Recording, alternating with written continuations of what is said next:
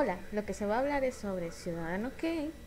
y Mank. Estas dos películas están relacionadas. Primero comencemos con Ciudadano Kane. Por lo que se puede ver, esta película está en realidad muy basa- eh, basada en la vida de un magnate que se llama Randolph Hearst, ya que era conocido de Bankowitz. Él pudo hacer esta historia. Y aquí en Ciudadano Kane lo que podemos decir es que en su como al estar basado, digamos, en un personaje público, aquí no solo tenemos su vida, sino lo que ha ocurrido. Y por lo que se supo que cuando se estuvo desarrollando el guión para Ciudadanos Kane, lo que pasó es que Hearst puso muchas trabas para que la película no pudiera salir al aire, por lo que para él fue una ofensa de que querían exponer su vida. Y en cambio Mankiewicz sabía que basó en esto, pero no solo Mankiewicz es el creador del guión, aunque fue principalmente él el creador, también fue Orson Welles, que era también el actor eh, de Ciudadano Kane, que era el personaje principal, Kane, Charles Foster Kane. Porque supuestamente no solo es basado en este personaje público que es Hearst, sino también en Pulitzer. Y aquí lo que pasa es que no solo tenemos esa relación con él, sino la amante, que era la actriz Marion Davies, que es reflejada en el personaje que se llama Susan Alexander. Pero este personaje fue actuado por Dorothy Cummingworth. Y aunque en esto trataron de poner varias trabas, Hertz trató de poner muchas trabas para que no saliera, igual salió, pero no tuvo mucho auge al tener todo, al impedir mucho que saliera a la luz esta película. Pero hubo un reestreno como 11 años después, donde tuvo una mejor aceptación a esta película y es considerada la mejor de todos los tiempos. Y de aquí podemos comenzar primero de que la forma en que se cuenta la historia, primero es que va de que eh, Charles Foster Kane muere solo en su mansión, en la mansión Xanadu que él hizo construir, pero nunca terminó. Y que, y que aquí presentan, es como que un homenaje póstumo en forma de video que estaban filmando en honor a su vida. Era claro que de forma corta, como decían que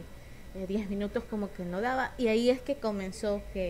a investigar por qué dijo su última palabra de Rosebud. Así comienza la historia. Lo que pasa es que aquí primero se ve el tiempo presente de la película, y de acuerdo a ahí va yendo al pasado y regresando al presente, yendo y viniendo. ¿Por qué? Porque cuando hay esa incógnita de por qué dijo la palabra Rosewood,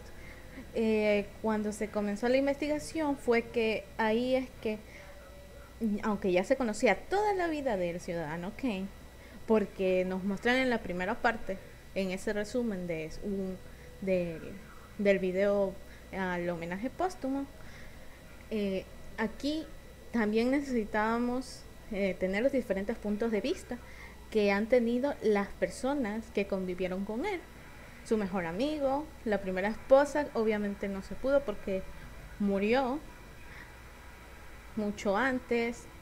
También se tuvo eh, el, la perspectiva de Susan Alexander y otros personajes más. Pero este, aunque no es un tiempo lineal porque va saltando del presente al pasado, son flashbacks que se van conociendo de la vida del ciudadano, de Kane. Entonces, aquí, en cierto sentido, tiene una linealidad pero solo en la parte del pasado, porque primero comienza de cuando comenzó a manejar el periódico que él tenía, los medios de comunicación, la primera vez que se casó, la segunda vez que se casó, y lo que ocurrió al final cuando Susan lo deja y tiene un ataque de ira y destroza toda la habitación. Y termina ahí ya con el presente, cuando se muestra todos los objetos que siempre reunió, pero que nunca abrió y nunca vio la luz del sol, o nunca salieron, digamos, de ese, aunque estaba en el castillo, de ese lugar como que se consideraría un sótano, un ático, donde todo lo que él coleccionó en su vida, todo lo que acumuló, se guardó. Y aquí, digamos, si comenzamos con los símbolos, aquí tenemos el símbolo del mismo lugar. Simboliza la propia personalidad de Kane, porque él, ese castillo era tan ecléctico como es este personaje, porque no solo es un castillo que tiene un solo estilo, se nota que atraviesa varios estilos, estilo inglés, estilo gótico, o si no va a los estilos del siglo XX, que era el Art Deco. Todo era opulento, todo era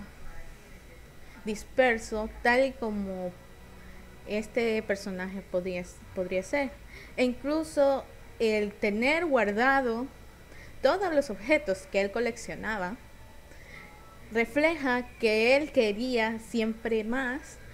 pero algo que considerara para él, pero no los habría. Es como solo algo de coleccionar, pero nunca más, solo obtenerlos, pero nunca más verlo. Es como para llenar una sensación de vacío. Y esto porque se refleja, digamos, en la última escena, donde ya muestran que están quemando varios objetos de madera, porque quieren deshacerse de algunas cosas que parece que ya no sirven. Se ve que está el pequeño trineo que él usó en su infancia, y lo que en realidad él llamaba el Rosebud era la marca que tenía su pequeño trineo. Fue el último recuerdo que tuvo de su infancia cuando estuvo con sus padres, que se llevó cuando se fue a la ciudad, cuando su madre heredó toda esa cantidad de dinero por una persona que le había debido. Entonces, aquí tenemos una conexión, porque al principio también se muestra a Kane joven, es un niño que está mientras la disputa que hay entre los contratos y las firmas, la discusión entre su padre y su madre y el abogado, se ve de fondo que el niño está jugando en la nieve, se está divirtiendo. Esa fue el último recuerdo que tuvo de estar con sus padres, en teoría. Y es por eso que Rosebud llega a significar que añoraba la infancia que perdió.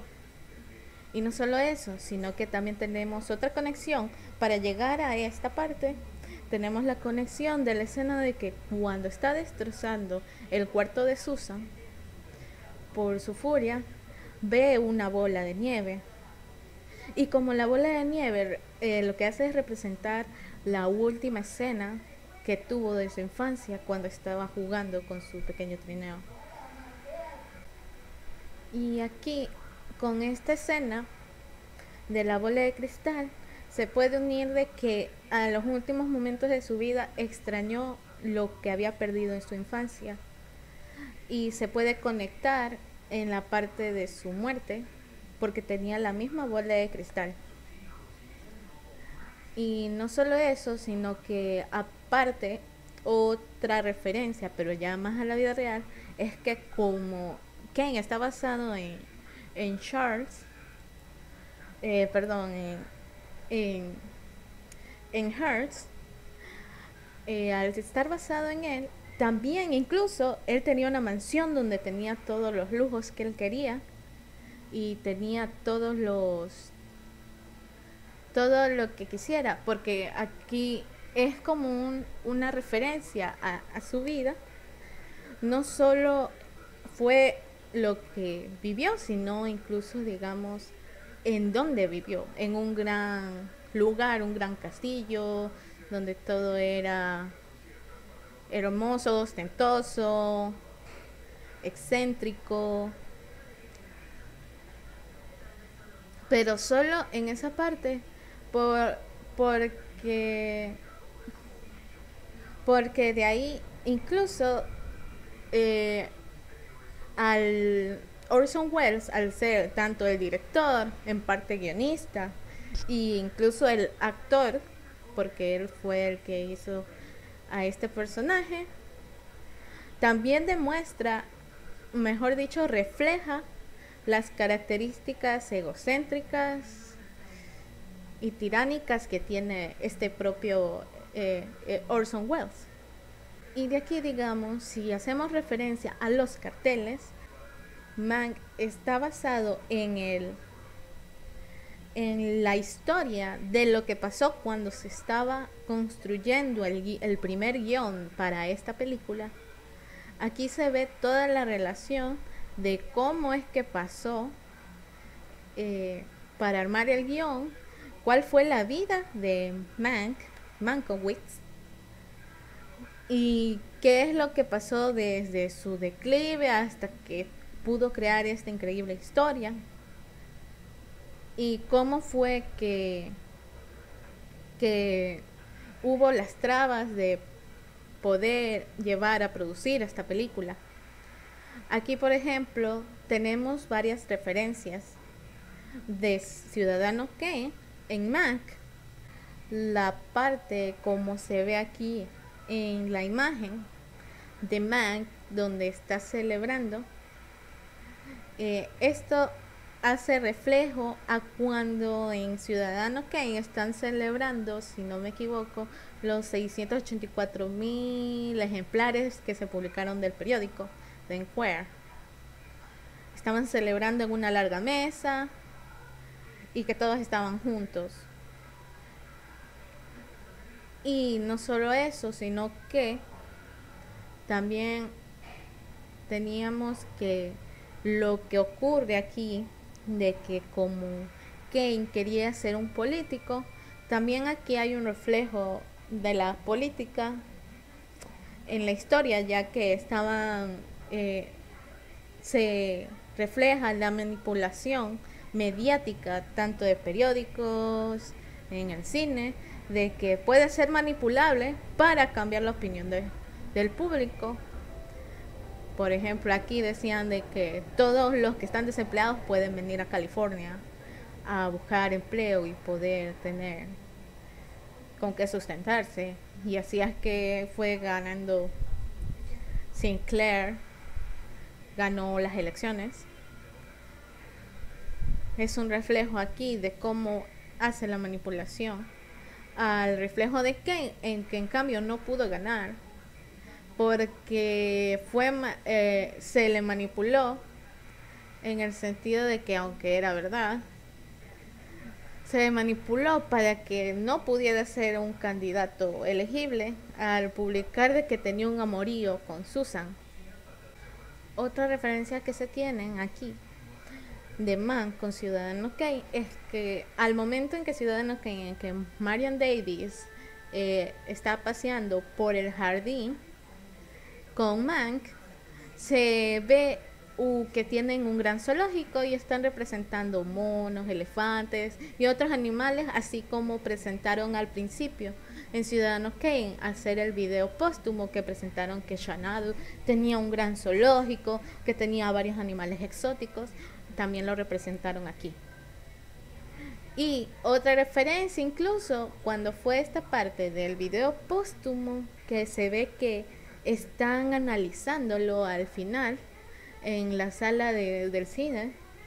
Lo mismo ocurre cuando Mank está analizando el video para las elecciones de Sinclair. Y aquí también se muestra cómo es que se va viendo el proceso del rodaje. Es decir, hace referencia en cuanto a la producción de estos videos. Y de aquí, también otra referencia que tenemos entre las dos películas es sobre que la forma en que está contada es igual. Es decir, comienza en el presente de la película, de que tiene que estar ahí por debido al accidente automovilístico que tuvo Mankiewicz con su compañero porque se distrajo con una carta y que se le salió volando. Entonces, así como está en el presente, así comienza también Ciudadano Kane y después va contando a través de flashbacks la historia, pero en Man, digamos, es un poco menos ordenado, porque al principio sí te cuenta cuándo ocurrió el accidente,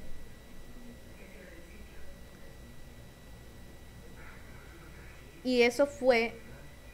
un pasado que un flashback reciente y no un flashback de varios años atrás, porque comenzó desde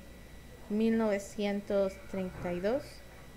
que comenzó los flashbacks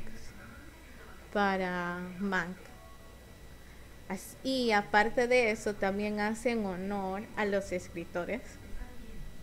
o mejor dicho a los guionistas, perdón, mejor dicho hacen honores a los guionistas, porque muestran las escenas de flashback a modo de cómo se escribían los guiones, en dónde están, si es de día o si es de noche, y la fecha. Y, y obviamente también está el efecto de que está tecleándose en una máquina de escribir antigua también. E incluso otra referencia que tenemos de Mank en Ciudadano Kane es una referencia de a Mankiewicz, porque él estaba en el declive al ser un alcohólico y no entregaba las cosas a tiempo. La referencia es que cuando Susan termina su primer acto de, de cantante de ópera, Kane fue al periódico y ahí encuentra a su amigo dormido por la borrachera encima de la máquina de escribir y ahí toma en cuenta de que él estaba escribiendo malas reseñas para Susan, ya que no era una buena cantante y no se dejaba notar, la verdad. Entonces, lo que ese es un reflejo de Man, de que por estar borracho, él él no puede entregar las cosas a tiempo y no las completa. Lo mismo ocurría acá en Mank, que como solo le dieron 60 días para hacer un guión, él tenía que terminar, pero justamente al faltar todavía 2 semanas para terminar el guión, no había avanzado mucho. Y eso también se refleja aquí en esta película, esa parte de que el alcohol sí le afectó bastante en su vida.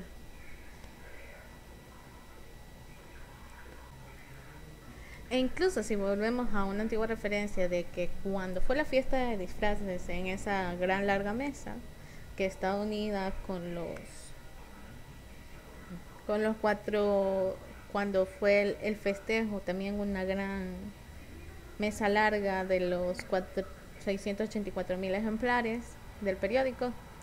Aquí también en esa escena se puede ver que las celebraciones, como eran lujosas,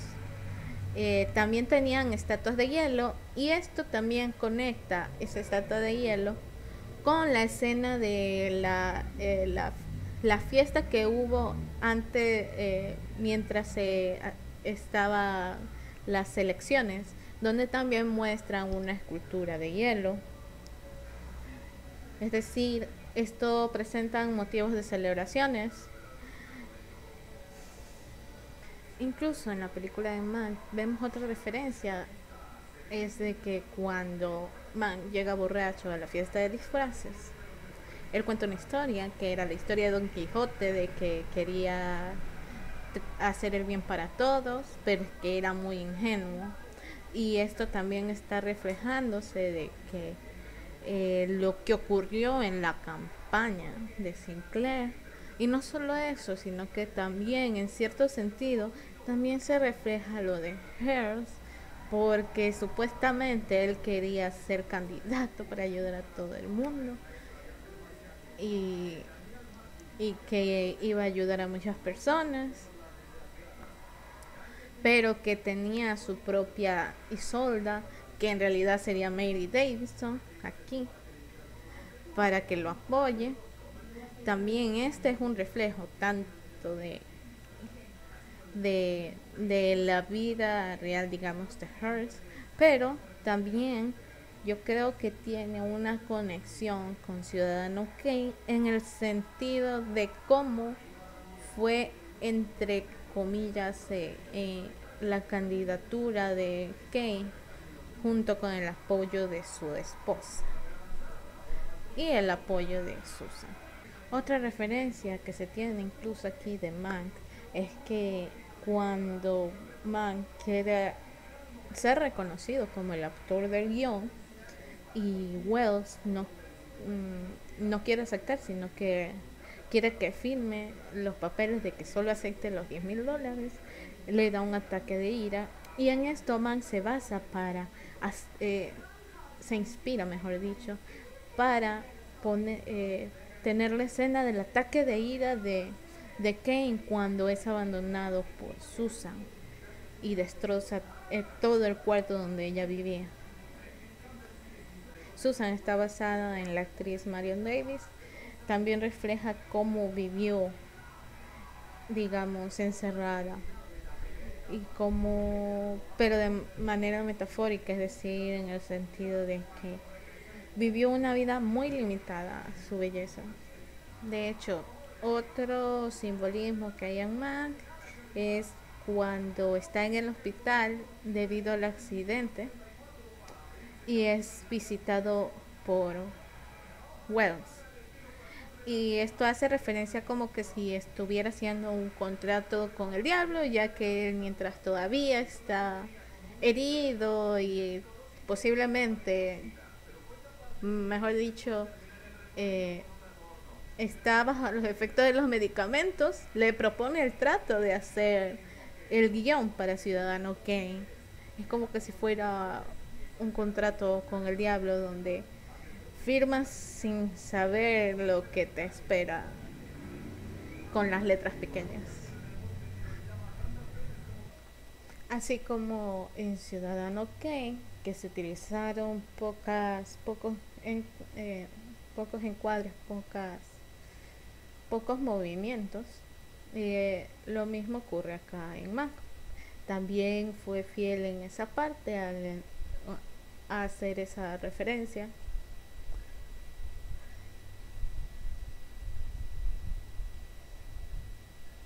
Con respecto a lo que quería el director David Fincher al hacer Mank, primero que nada es un homenaje a su padre, Jack Fincher, que él fue el que hizo el guión para hacer esta película, pero murió antes de tiempo, como por el 2003. Y incluso aquí es un homenaje al Hollywood, a la época dorada de Hollywood, en los años 30, donde todo era en blanco y negro, aún no existía el color en sí, también con los efectos que le pone como que si tuviera la película un poco quemada, de que se va quemando, y también en sí al negocio que es el cine, todo el tras cámaras que hay en el cine, de cómo era antes, de que solo importaba el director y los actores, pero en realidad atrás también están los guionistas, principalmente ellos, para que pueda haber una historia. Y también están los que controlan las luces. Aquí era principalmente también importante porque al ser en blanco y negro necesitaba o un gran contraste de luces para iluminar las escenas o ponerlas más oscuras. Y esto se muestra con no solo con esto, sino con las transiciones, incluso los movimientos de cámara, como el movimiento que se tenía de que en la escena como en Ciudadano Kane, que se muestra una escena general, pero va haciendo un zoom in hasta llegar a una escena dentro del edificio. Todo esto va en honor a lo que ocurría en realidad en esa época en el cine, porque la magia del cine, como decían ahí, no solo es conservar la memoria, sino que siempre hay algo mucho más allá de lo que se muestra en, en las películas. Bueno, es decir, más que nada que aquí se define las partes de que para que una película tenga éxito debería tener X actores y X director, cuáles son la combinación de las cosas para tener un gran recorrido y que tenga éxito las películas. Es decir, que no solo el cine no es un medio artístico, también aquí hay una lucha constante de qué ideas pueden lograr el éxito. Y esto también lo demuestra en los movimientos de la cámara, que siempre son continuos, se va moviendo, va acercándose, va alejándose, como una intrusión de que va acechando para poder ver qué es lo que ocurre. También aquí tenemos que, como es un honor tanto al cine, a la época dorada del cine, a su padre y a lo que ocurría en realidad dentro de todo esto, aquí se admira la calidad del cine, donde se expresa de manera silenciosa y temporal la narración de las historias de los personajes. Si nos centramos tanto en las escenas, los movimientos de cámara y los movimientos de los actores, tenemos en la escena de cuando la madre está firmando los documentos junto al abogado y al padre de Kane, mientras Kane está afuera en la nieve jugando para poder tener este enfoque. Lo que se hizo es tener una gran profundidad de campo donde tuvieron que utilizar una distancia hiperfocal para tener tanto nitidez de lo que está cerca como lo que está bien lejos, y utilizaron mucha iluminación para poder llegar a esto con la cámara, para que pueda obtener todos estos detalles. Pero no solo eso, digamos, otra escena, aunque es más cercana en cuanto a distancia, es la escena de cuando celebran de los 684.000 ejemplares en el periódico. Aquí, mientras el amigo está hablando con uno de los nuevos periodistas que contrataron, mientras ellos están conversando, se ve a Ken que está bailando con las bailarinas, e incluso interrumpe la conversación cuando quiere dejar su saco a su amigo. Y no solo eso, sino que cuando ellos están hablando y cambia el movimiento de la cámara, se puede ver que en el reflejo de la ventana aún hay una continuidad con Kane, que se ve bailando con las bailarinas. De hecho, aquí lo que ocurre es que este trabajo, el contraste de luces y sombras el claro oscuro, se basa en el expresionismo alemán y más que nada en el trabajo de Max Reinhardt, donde todos los escenarios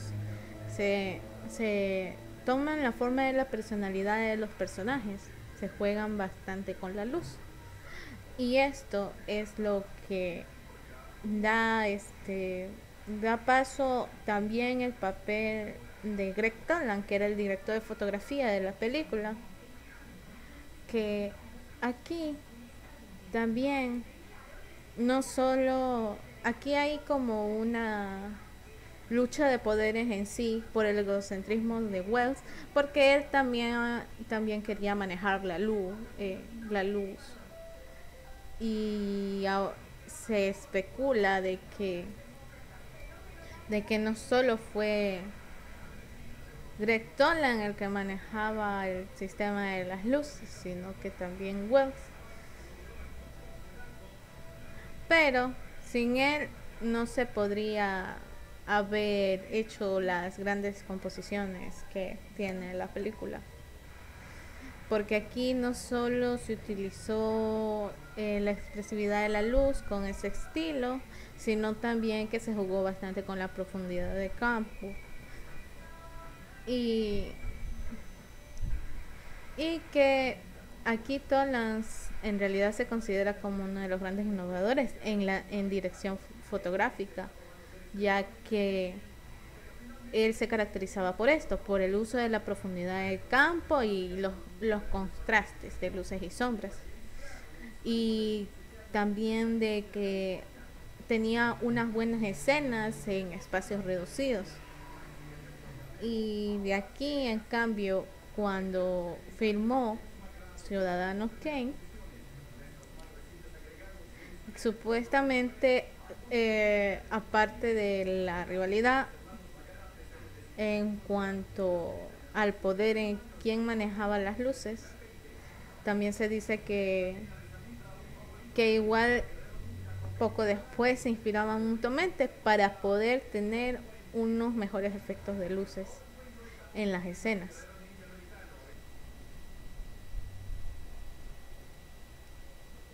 En cuanto al director de fotografía de Mank, Eric Messerschmidt, él fue elegido por David Fincher como director porque él ya trabajaba anteriormente, pero lo que pasa es que este es su primer trabajo como director fotográfico, porque cuando trabajó con David Fincher trabajó en la serie Hunter de Netflix, también con Girl, pero como Gaffier. Esta es la primera vez que trabaja como director, y aquí lo que tuvieron que hacer es para conseguir esta forma de blanco y negro, tuvieron que utilizar sensores monocromáticos,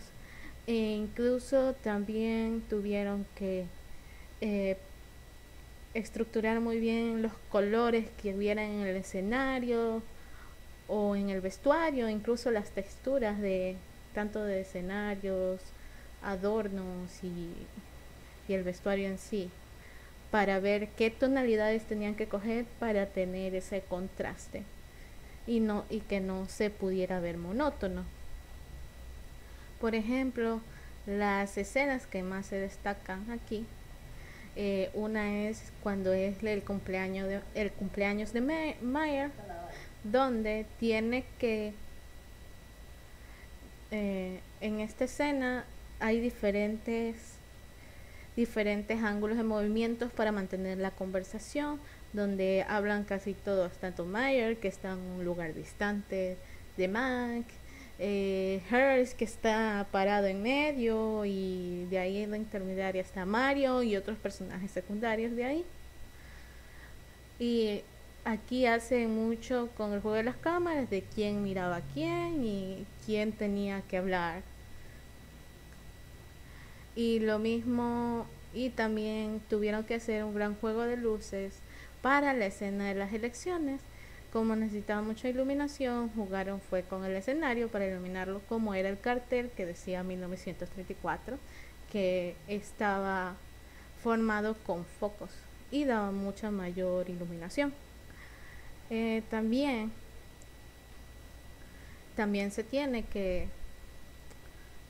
en la escena de la fiesta de disfraces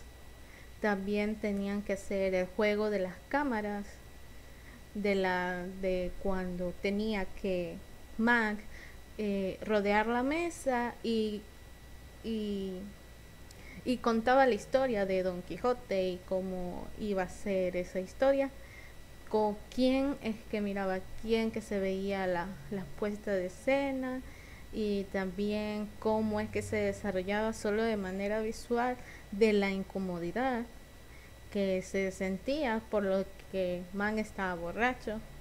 y sacaba algunas verdades con la historia insultando a Hertz,